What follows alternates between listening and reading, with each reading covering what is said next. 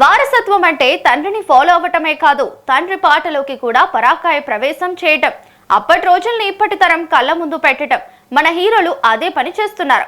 తండ్రి అడుగుజాడల్లో నడుస్తూనే పాదాలు కదుపుతున్నారు. తాత వైభవాన్ని కీర్తిస్తూనే పాత పాటల సౌరభాన్ని గుబాలిస్తున్నారు.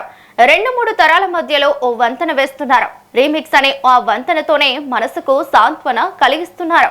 తండ్రి పాటల్ని కొందరు హీరోలు ఫాలో అయిపోతే తాత గీతాల్ని రీమిక్స్ చేసి అభిమానుల్ని ఆనందింపచేశాడు జూనియర్ ఎన్టీఆర్. ఆయన పోలికల్ని పుణికిపుచ్చుకోవడమే కాదు, ఎన్టీఆర్ బాడీ లాంగ్వేజ్ని కూడా అచ్చుగుద్దినట్టు తెరపై చూపించి సక్సెస్ అయ్యాడు తారక్. ఓలమ్మి తిక్కరేగిందా ఆకుచాటు పిందె తడిసే పాటలే అందుకు ఉదాహరణ. బాహుబలుడు ప్రభాస్ కూడా కెరీర్ బిగినింగ్లో రీమిక్స్ చేశాడు. అందుకు ప్రభాస్ కూడా ఎన్టీఆర్ పాటనే ఎంచుకోవడం విశేషం. కేవలం పాటనే కాదు, టైటిల్ని కూడా టార్గెట్ చేశాడు.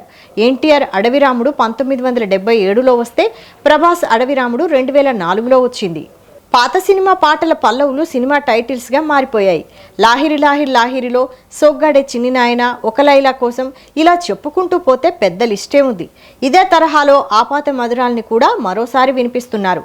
ఒక లైలా కోసం అంటూ ఎప్పుడో తాతయ్య దేశాలు తిరిగితే మనవడు కూడా అదే పని చేసి తన ముచ్చట తీర్చుకున్నాడు.